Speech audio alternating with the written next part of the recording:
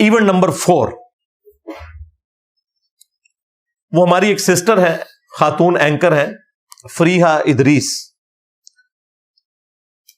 آپ کو یاد ہوگا منصور علی خان صاحب نے جب میرے ساتھ ایک پوڈ کاسٹ ریکارڈ کی تھی ہماری اکیڈمی میں، تو اینڈ پہ انہوں نے مجھ سے یہ سوال پوچھا تھا کہ آپ خاتون کسی اینکر کو انٹرویو کیوں نہیں دیتے، کیا آپ اسے شرعی طور پر حرام سمجھتے ہیں؟ تو میں نے کہا میں حرام نہیں سمجھتا، اپنے لیے میں اس کو اس اعتبار سے فتنہ سمجھتا ہوں کہ پھر جو مذہبی پیشوائی پر لوگ ہوتے ہیں نا، ان کے ساتھ پھر غلط چیزیں منسوب ہونا شروع ہو جاتی ہیں. وہ آپ نے ڈاکٹر ذاکر نائک کے ساتھ جو کچھ ابھی ہو رہا ہے، اب آپ میرا وہ انٹرویو لگائیں گے تو آپ کو پتا چلے گا انجینئر صاحب نے جو ڈھکے چھپے الفاظ میں باتیں کی تھیں وہ اب سامنے آ گئی ہیں کہ یہ ہوتا ہے. اور میں اپنے دار ارکم کے ٹیم ممبرز کو اگلے دن کہہ رہا تھا کہ آپ کا استاد وہ ہے جس کے اوپر ہزاروں نہیں، لاکھوں نہیں، کروڑوں کیمرے فٹ ہیں.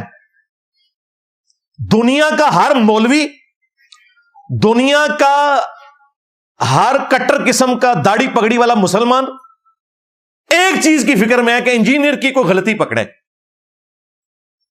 انہوں نے میرے ابھی تک ٹکڑے ٹکڑے کر دینے تھے کوئی میری چیز نکل آتی تو، لیکن اللہ کا شکر ہے، لا حول ولا قوت الا باللہ، پوری احتیاط سے میں چلتا ہوں. باقی مستقبل اللہ کو پتا ہے. یہ وہ ہے طبقہ مولویوں کا اور مذہبی پرورٹڈ نیچر والے لوگوں کا. دیکھ لیں ایک دورے کے اندر ڈاکٹر ذاکر نائک کس طریقے سے بےچارے ان کے ہاتھوں میں ایکسپوز ہو گئے،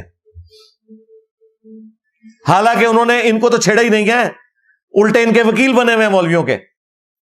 میں تو سارے نو علمی نیزے دی نوک تے لے آیا ہے.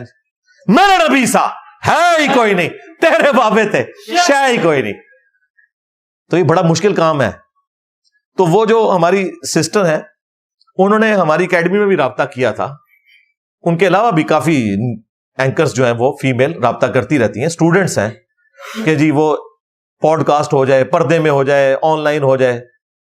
تو میں نے تو کبھی کسی سے آج تک بات بھی نہیں کی. ہماری اکیڈمی ممبر جو ٹیلی فون پہ جن کی ڈیوٹی ہوتی ہے وہی بات کرتے ہیں، وہ ان کو بتاتے ہیں کہ یہ ہماری پالیسی ہے. ہاں آپ کوسچنز اپنے بھیج دیں، کسی میل اینکر کو بھیج دیں، یا آپ کے کوسچنز ہم سنڈے کے سیشن میں شامل کر لیں گے، تو وہ آپ پھر کر لیجئے گا اس کو. ایک میرا رمضان میں پروگرام ہوا تھا جس میں ایک ہماری سسٹر بھی بیٹھی ہوئی تھی، ڈاکٹر غلام مرتضی ملک کی بیٹی. لیکن وہ بھی مجھے اس جو پروگرام میں بلایا گیا تھا، میرے سامنے کوئی سکرین نہیں تھی، مجھے نہیں پتا تھا کہ وہاں کون کون بیٹھا ہوا ہے. اور ہر پروگرام سے پہلے ہم یہ شرط رکھتے ہیں کہ وہاں کوئی فیمیل اس اعتبار سے نہ ہو. لیکن وہ انہوں نے دھوکے سے کیا تھا. وہ تو جب وہ بولی تو مجھے پتا چلا. میں نے کہا اب یار میں اس وقت ان کے ساتھ کیا کروں، تو میں نے وہ پروگرام بھی اٹینڈ نہیں کرنا تھا. خیر اس میں بھی میرا ان سے کوئی انٹریکشن نہیں تھا. ہم سے تو عمر میں وہ بڑی ہیں. وہ ان کے والد صاحب ایک اچھے عالم دین تھے، شہید ہو گئے. ڈاکٹر سرار صاحب کے قریبی ساتھیوں میں تھے، اور 90s میں وہ اس وقت چھائے ہوئے تھے پی ٹی وی کے اوپر. انداز گفتگو بھی ان کا بڑا اچھا تھا. تو یہ فتنہ پھر ساتھ جڑا ہوتا ہے کہ ساتھ پھر عجیب و غریب قسم کی چیزیں شروع ہو جاتی ہیں. تو وہ جو ہماری سسٹر ہے فریحہ ادریس، ان کے ساتھ انٹرویو جو ریکارڈ ہوا وہ مارکیٹ میں جب آیا تو اس میں بھی اسی طریقے سے ایک جملہ لوگوں نے پکڑ لیا. حالانکہ وہ اوور آل گفتگو بڑی اچھی تھی. ڈاکٹر ذاکر نائک نے بڑے اچھے طریقے سے اسلام کا مقدمہ ان کے سامنے رکھا اور بڑے احترام کے ساتھ نظریں جھکا کر انہوں نے گفتگو کی، کوئی شک نہیں اس میں، اور ڈیو ریسپیکٹ دی جو دینی چاہیے تھی. اور اس گفتگو میں ڈاکٹر ذاکر نائک کی کئی باتیں ایسی تھیں جو بڑی ایکسٹرا آرڈنری تھیں، لیکن وہ پس پشت ہو گئیں. یہ جو ان سے ایک چھوٹی سی ایک جملے کا الفاظ کا چناؤ ایسا ہوا کہ وہ سب کچھ بیک فٹ پہ چلا گیا. اس میں سب سے حیران کن بات یہ تھی کہ ڈاکٹر ذاکر نائک کہتے ہیں کہ میری 2 بیٹیاں، ایک چہرے کا نقاب کرتی ہے، ایک نہیں کرتی، اور میں بھی چہرے کے نقاب کو ضروری نہیں سمجھتا. یہ شروع سے ان کا موقف ہے. شیخ البانی کے ساتھ وہ ایگری کرتے ہیں. ہمارا ان سے اختلاف ہے. ہمارا موقف، ہمارے استادوں کا موقف یہی ہے علمی دلائل کے ساتھ کہ عورت کے چہرے کا پردہ بھی ہے. ڈاکٹر سرار صاحب تو اس میں بہت سخت تھے. وہ تو کہتے تھے چہرے کے ساتھ ایک آنکھ کا بھی پردہ ہے، صرف ایک آنکھ کھول سکتی ہے. وہ بہت زیادہ سخت ہے. لیکن ڈاکٹر ذاکر نائک کا موقف یہ ہے کہ چہرے کا پردہ کرنا افضل ہے، اگر کوئی نہ کرے تو جائز ہے۔ امام خمینی جو اہل تشیع کے، ان کا بھی یہی موقف ہے کہ چہرے کا پردہ کرنا افضل ہے، اگر نہ کوئی کرے تو جائز ہے۔ تو ڈاکٹر ذاکر نائک نے بتایا کہ میری ایک بیٹی چہرے کا پردہ کرتی ہے اور ایک نہیں کرتی، جو کرتی ہے تو میں اسے اپریشیٹ کرتا ہوں کہ وہ زیادہ بہتر کام کر رہی ہے، جو نہیں کرتی میں نے اس کو کبھی مجبور نہیں کیا کہ وہ چہرے کا پردہ کرے۔ بڑی اچھی بات ہے۔ حالانکہ شیخ البانی رحمہ اللہ، جنہوں نے یہ سارا عربی والا فتنہ اس ماڈرن دور میں کھڑا کیا کہ چہرے کا پردہ کوئی نہیں ہے، ان کے اپنے گھر والے سارے چہرے کا پردہ کرتے تھے۔ تو ان سے پوچھا گیا کہ آپ، انہوں نے کہا جی یہ تقویٰ ہے، وہ فتویٰ ہے۔ تو مولوی جو ہے نا وہ اپنی فیملی کے لیے یہی رکھتے ہیں کہ ان کو کوئی نہ دیکھے، ٹھیک ہے۔ بل اس اعتبار سے میں ڈاکٹر ذاکر نائک کو البانی صاحب سے بہتر سمجھتا ہوں کہ کم از کم انہوں نے دونوں موقع بیان کیے اور پریکٹیکلی انہوں نے اپنی بچی کو الاؤ کیا ہے، صرف فتویٰ نہیں دیا کہ چہرہ کھلا رکھ سکتی ہے، بلکہ الاؤ بھی کر دیا۔ یعنی ان کی ڈاکٹرن میں، ہماری ڈاکٹرن میں نہیں، میں ان کی ڈاکٹرن میں بات کر رہا ہوں۔ اب یہ ان کا ایک اوپن مائنڈ ہونا شو کرتا تھا، یہ بات کسی نے کوٹ نہیں کی ہے، اور وہ جو ان کی بات تھی پردے کے حوالے سے، اس میں کرتے کرتے جو انہوں نے، میں سمجھتا ہوں کہ انتہائی بلو دا بیلٹ گفتگو کر دی، مثال دیتے ہوئے۔ ان کی نیت نہیں تھی، نہ کوئی ان کا مقصد بے حیائی پھیلانا تھا اور نہ کسی کو ٹیز کرنا تھا۔ اور حیران کن بات ہے، جس مثال کی وجہ سے آج ان کے خلاف یہ ویلاگز بن رہے ہیں، اور ہمارے جو بھائی ہیں اقرار الحسن حفظہ اللہ تعالی، انہوں نے بھی بڑی سخت گرفت کی، یہ وہ ساری باتیں 8 سے 20-25 سال پہلے بھی کرتے رہے، لیکن وہی بات ہے، وہ ابھی تک پاکستانی عوام کے ہتھے نہیں چڑھی تھی وہ باتیں، اب چڑھ گئی ہیں۔ تو آپ نے دیکھ لی، کوئی نئی بات نہیں انہوں نے کی۔ جس طرح پبلک پراپرٹی والی باتیں ان کی 20 سال پرانی ہے نا، یہ مثال بھی وہ شروع سے دے رہے ہیں۔ میں نے 2007-8 میں ان کی ساری ڈیویڈیز خرید کے چند دنوں میں ساری دیکھ لی تھی۔ میں 2007-8 کی بات کر رہا ہوں، آج 13 اکتوبر 2024 ہے،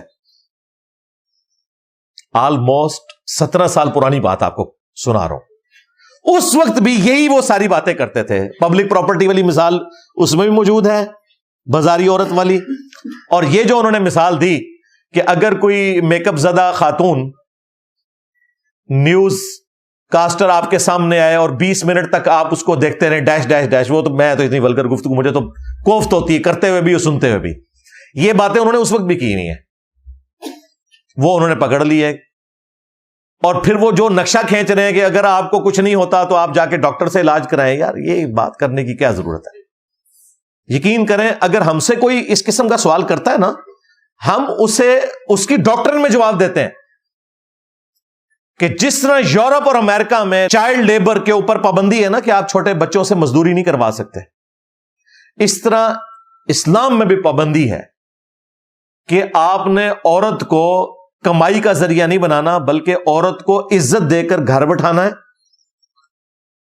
اس کے اوپر جو حاکم مرد ہے اس کی ذمہ داری ہے کہ وہ اس کا خرچہ اٹھائے گا، خواہ وہ اس کا باپ ہو، خواہ وہ خامند ہو، بھائی ہو یا بیٹا ہو۔ عورت اسلام میں گھر کی ملکہ ہے، کوئین ہے،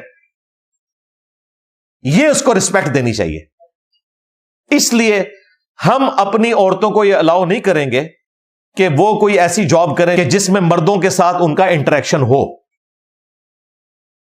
مطلقاً عورتوں کی تعلیم یا جاب اس کے ہم خلاف نہیں ہیں، ہم اسے پروموٹ کرتے ہیں۔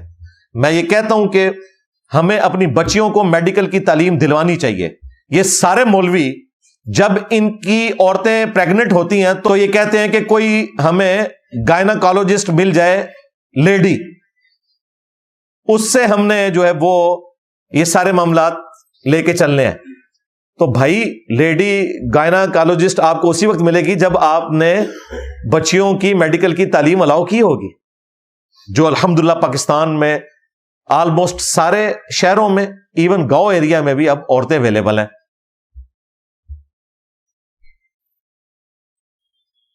اسی طریقے سے ایجوکیشن میں، یعنی تعلیم کی فیلڈ میں عورتوں کو آنا چاہیے۔ ظاہر ہے بچیوں کو تعلیم دینے کے لیے بچیاں ہی ہونی چاہیے، کو ایجوکیشن کو آخری درجے میں اوائڈ کرنا چاہیے، لیکن جب تک کوئی آلٹرنیٹو موجود نہیں ہے اس وقت تک تو ظاہر ہے اسی سسٹم میں بچیوں نے تعلیم حاصل کرنی ہے گیون سرکمسٹانسز میں۔ میں بالکل وہ طالبان والے نظریے کو درست نہیں سمجھتا جو انہوں نے اس وقت ظلم کا بازار گرم کیا ہے، کہ پہلے انہوں نے جھوٹ بولا انٹرنیشنل میڈیا سے کہ جی ہم وقتی طور پہ اسکول بند کر رہے ہیں۔ ہمارے کئی اسٹوڈنٹس ہیں افغانستان میں، وہ بتا رہے ہیں انہوں نے پرماننٹلی اسکول بند کر دیے ہیں اور وہ بچیوں کی تعلیم کے خلاف ہیں۔ یہ بالکل جھوٹ بول رہے ہیں کہ وقتی طور پہ، وقتی طور کیا، چوتھا سال شروع ہو گیا۔ انہوں نے اپنی عورتوں کو پھر مردوں سے پھر چیک کروانا ہے بعد میں، وہ بھی ان کو ہضم نہیں ہوگا۔ یہ کیا کر رہے ہیں؟ تو ہم قطعاً عورتوں کی تعلیم یا ان کی جابز کے مخالف نہیں ہیں، ہم سیکس ڈسپلن کی بات کرتے ہیں کہ اسلام سیکس ڈسپلن میں بلیو کرتا ہے۔ فرائیڈ نے تو ابھی آ کے کہا ہے نا کہ سب سے امپورٹنٹ جذبہ سیکس کا ہے۔ قرآن جو ہے وہ 1400 سال پہلے کہہ رہا ہے زُيِّنَ لِلنَّاسِ حُبُّ الشَّهَوَاتِ مِنَ النِّسَاءِ، مزین کر دی گئی ہیں انسانوں کی جو خواہشات ہیں انسانوں کے لیے، ان میں پہلے نمبر پہ عورت، اس کے بعد اللہ تعالی نے دولت اور باقی چیزیں گنوائی ہیں۔ میں اکثر اپنی ویڈیوز میں کہتا ہوں کہ مجھے اسلام میں توحید کے بعد سب سے زیادہ پسندیدہ چیز سیکس ڈسپلن ہے۔ توحید آپ کو ایک اللہ کا کر دیتا ہے اور باقی دنیا کے ہر طاغوت سے آزاد کر دیتا ہے، اور سیکس ڈسپلن اس سے بہتر کوئی ذریعہ ہی نہیں ہے اس دنیا میں زندگی گزارنے کا۔ یہ سارے کا سارا فتنہ جو ہے وہ سیکس ڈسپلن کی خرابی کی وجہ سے۔ یہ آج سوشل میڈیا ہمارے لیے جو عذاب بنا ہوا ہے، کیوں بنا ہوا ہے؟ سیکس ڈسپلن نہیں ہے، بے حیائی عام ہوئی ہے۔ جو اسلام نے سیکس ڈسپلن دیا ہے نا، یہی سیکس ڈسپلن ہونا چاہیے تھا جتنا امپورٹنٹ جذبہ اللہ نے رکھا ہے۔ اس سے کم پہ کسی صورت نہیں ہو سکتا۔ سورۃ النور میں ایک ہی آیت میں اللہ تعالی نے فرمایا، پہلے کہا مومن مردوں کو حکم دو کہ اپنی نگاہیں نیچی رکھیں، اس کے بعد کہا کہ مومنہ عورتوں سے بھی کہو کہ اپنی نگاہوں کو نیچا رکھیں۔ لیکن یہ ڈاکٹر ذاکر نائک کا مثال دے کہ اس طریقے سے بیان کرنا، انہوں نے مس ہینڈل کر دیا معاملے کو۔ اس طریقے سے بات کی جاتی جس طرح میں کر رہا ہوں، ان کی لینگویج میں انہیں جواب دیں۔ جس طرح تمہارے لیے چائلڈ لیبر سینسٹیو ایریا ہے، ہم بھی کہتے ہیں چائلڈ لیبر نہیں ہونی چاہیے، ہمارے لیے وومن لیبر اس طریقے سے۔ میں 2004 میں چائنا گیا آفیشل ایک ٹور کے اوپر، میرے لیے بڑی حیران کن بات تھی، میں جس مارکیٹ میں جاؤں نا تو تمام دکاندار جو آپ کو ریسیو کرنے والی ہیں وہ عورتیں ہی، مرد تو آپ کو نظر ہی نہیں آتے، بندہ حیران ہوتا ہے۔ اچھا میں یقین کریں جتنی دیر ہوٹل میں رہا میری آنکھوں میں بھی آنسو آ گئے، میں نے کہا یار یہ کتنی مظلوم بچیاں یہاں کی، ان بیچاریوں کو کتنی مشقت کرنی پڑتی ہے۔ ترس آ رہا تھا ان کے اوپر، پورا دن وہ وہاں پہ جاب کرتی ہیں تب جا کے وہ اپنی بیسک نیڈز کو میٹ کرتی ہیں۔ پاکستان میں تو یقین کریں ہماری بیویاں تو یقین کریں کوئنز ہیں، ان کے اوپر ہم خرچہ بھی کرتے ہیں، ان کی ڈانٹ بھی کھاتے ہیں اور معافی بھی پھر خود مانگ لیتے ہیں۔ اللہ نہ کرے انہیں پاکستانی عورتوں کی ہوا لگ جائے، بلکہ اللہ کرے کہ لگ جائے۔ تو یہاں تو اس طریقے سے بات کرنی چاہیے کہ اسلام نے عورت کو ڈگنیٹی دی ہے، لیکن یہ بیلنس کرنا ہے۔ اس ڈگنیٹی کا مطلب یہ نہیں ہے کہ ہم عورتوں کی جاب کے مخالف ہو جائیں، نہیں، گیون سرکمسٹانسز میں انہیں آزادی ہونی چاہیے۔ بعض اوقات جینوئن ضرورت بھی ہوتی ہے عورتوں کی۔ میں تو ایون جو عورتیں ٹی وی چینلز پہ آ کے کام کر رہی ہیں یا ایون خبریں بھی پڑھنے آئی ہیں، مجھے نہیں پتا ان کے گھر کی کیا صورتحال ہے، ان کا معاملہ ان کے رب کے ساتھ ہے۔ میں کسی کے اوپر کوئی فتویٰ نہیں لگاتا، صرف میں اصلاح کی طرف ضرور بلاؤں گا، لیکن مجھے نہیں پتا کہ گیون سرکمسٹانسز میں اس کے پاس شاید ایسے ریسورسز ہی اویلیبل نہ ہو کہ ایک وہ عزت کے ساتھ زندگی گزار سکے، اس کے لیے اسے مجبوراً یہ جاب اختیار کرنی پڑ رہی ہے، بجائے اس کے کہ وہ عورت کوئی غلط راستہ اختیار کرتی، وہ عزت کی ایک نوکری کرنا چاہ رہی ہے، اس کا اور اس کے رب کا معاملہ ہے. بالکل ہم کسی پہ کوئی فتویٰ لگانے والے نہیں ہوتے. میں تو بھائی اللہ سے ڈرتا ہوں، سیدھی سی بات ہے. بات اپنی پیشن سے پہنچاتا ہوں، لیکن اگر آپ کسی اسپیسیفک بندے کے بارے میں مجھ سے فتویٰ لیں، اللہ سے خوف آتا ہے. اللہ کا اور اس کا معاملہ ہے. اللہ تعالیٰ چاہے تو کسی بھی بات پہ کسی کے ساتھ کوئی گرفت والا معاملہ کر لے، کسی کو چھوٹی سی بات کے اوپر بخش دے. بخاری مسلم میں حدیث ہے، ایک بدکار عورت تھی، اس نے ایک دفعہ اپنے چمڑے کے موزے میں رسی باندھ کے کنویں سے پانی نکال کے ایک پیاسے کتے کو پلا دیا، اللہ تعالیٰ نے اسے بخش دیا. لیکن اس کا مقصد یہ نہیں کہ ہم لوگوں کو بدکاری پہ آمادہ کریں، یہ اللہ کی رحمت کا بیان ہے. دوسری طرف بخاری مسلم میں حدیث ہے، ایک نیک عورت تھی، اس نے ایک بلی کو قید کر دیا، بھوکی پیاسی مر گئی، وہ جہنم میں ہے، اس کی نیکیاں بھی ضائع ہو گئی. لہذا یہ بیلنس کر کے چلنا ہے بھائی. یہ اللہ تبارک و تعالیٰ نے اس اعتبار سے جو معاملات رکھے ہوئے ہیں، ان کو دقت نظر سے دیکھنے کی ضرورت ہے. لہذا بھائی ہم تو بڑا ڈرتے ہیں، سیدھی سی بات ہے. تو اسی طرف آ جائیں، سیکس ڈسپلن. مؤمن مردوں کو حکم دو کہ اپنی نگاہوں کو نیچا رکھیں، مؤمنہ عورتوں کو حکم دو کہ اپنی نگاہوں کو نیچا رکھیں. پھر صحیح مسلم میں حدیث ہے، میرے رب نے مجھے حکم دیا ہے اچانک اٹھ جانے والی نظر کے بارے میں کہ میں فوراً ہٹا لوں. ٹک ٹکی باندھ کے بھی آپ کسی عورت کو دیکھ نہیں سکتے. خبریں بھی اگر دیکھنی ہے تو ضروری نہیں کہ آپ نے دیکھنی ہے، ہاں سننی ہے. اسی طریقے سے صحیح مسلم میں ایک حدیث ہے، نبی الاسلام کے سامنے سے کچھ عورتیں گزری، آپ کی اچانک نظر پڑ گئی، آپ گھر کے اندر گئے، اپنی بیوی کے ساتھ ازدواجی تعلق قائم کیا اور باہر نکل کے صحابہ کرام سے فرمایا کہ اگر اچانک نظر پڑ جائے کسی عورت پر اور تمہیں بھلی معلوم ہو تو فوراً اپنی بیوی کے پاس جاؤ، اللہ نے اس کے پاس بھی وہی چیز رکھی ہے جو اس عورت کے پاس ہے، یوں شیطان کا یہ جو خیال ہے تمہارے دل سے نکل جائے گا. ہمیں تو یہ تعلیم دی گئی ہے. جامعہ ترمذی میں اور سنن نسائی الکبریٰ میں حدیث موجود ہے کہ جہاں دو اجنبی مرد و عورت ہوتے ہیں، تیسرا ان میں شیطان ہوتا ہے. لیکن پبلک گیدرنگ کا معاملہ الگ ہے. جابز میں اجنبی مرد و عورت دو الگ کمرے میں نہیں ہوتے، کہیں ایک آفس میں بیٹھے میں، ان کا معاملہ بالکل الگ ہے. یہ میں اس کو نہیں کہہ رہا، یہ وہ معاملہ ہے کہ وہ اسکول ٹیچرز یا وہ کالج یونیورسٹی کے ٹیچرز جو وہاں کی فیمیل ٹیچرز کو یا فیمیل اسٹوڈنٹس کو اکیلے اپنے کمرے میں بلا لیتے ہیں، پھر بلیک میلنگ کرتے ہیں، جو اکثر یونیورسٹیز میں بھی آپ کو اس قسم کے واقعات رپورٹ ہوتے ملتے ہیں، وہ والی چیز منع ہے. اس میں پھر یہ خدشہ ہوتا ہے. اس اعتبار سے اسلام کا جو سیکس ڈسپلن ہے وہ کمال ہے، اور وہ اس درجے میں ہے. المعجم الکبیر طبرانی میں حدیث موجود ہے صحیح سند کے ساتھ، اور شیخ البانی نے سلسلہ احادیث صحیحہ میں بھی حدیث لی ہے کہ کسی مرد کا اجنبی عورت کو ہاتھ لگانا اس سے بہتر ہے کہ اس کے سر میں لوہے کی کیل ٹھونک دی جائے. یعنی اگر کسی زندہ شخص کے سر میں لوہے کی کیل ٹھونکی جائے تو اس کی جو تکلیف ہے نا وہ کم ہے. ایک اجنبی عورت کو ہاتھ لگانے کی تکلیف اور عذاب قیامت کے دن اس سے زیادہ ہونے والا ہے. لیکن ظاہر ہے اس میں پھر وہ ایکسیپشنز ہیں کہ اگر کوئی ڈاکٹر ہے اس نے اپنے مریض کو چیک کرنا ہے، اس میں بھی میں جو میل ڈاکٹرز ہیں ان کو یہی ریکویسٹ کرتا ہوں کہ آپ دستانہ استعمال کریں، نیکڈ چھونے کی بھی ضرورت کوئی نہیں ہے. ہمارے پاس آپشنز موجود ہیں.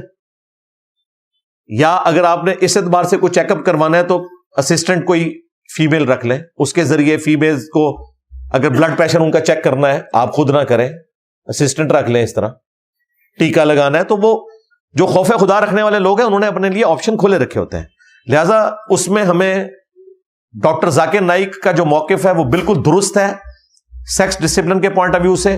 ان کی گفتگو بڑی شاندار تھی اس انٹرویو میں، لیکن یہ جو ان سے ایک پخ چھوٹ گئی نا وہاں پہ، جو انہوں نے یہ والی مثال دی کہ 20 منٹ تک یہ ہوتا رہے، اور وہی ہمارے اقرار بھائی نے بھی پکڑی، وہ بھی پھر بغیر ٹکٹ کے چڑھ دوڑے، اور نیچے لوگ جو ان کے حامی ہیں انہیں سپورٹ کر رہے ہیں، اور جو ان کے مخالفین ہیں وہ ان کو ان کی 3 شادیوں کا تانا دے رہے ہیں. وہ کہہ رہے ہیں آپ نے بھی تو اسی طریقے سے 3 شادیاں کر لی تھی, تو ڈاکٹر ذاکر نائک تو صحیح کہہ رہا ہے, ٹھیک ہے.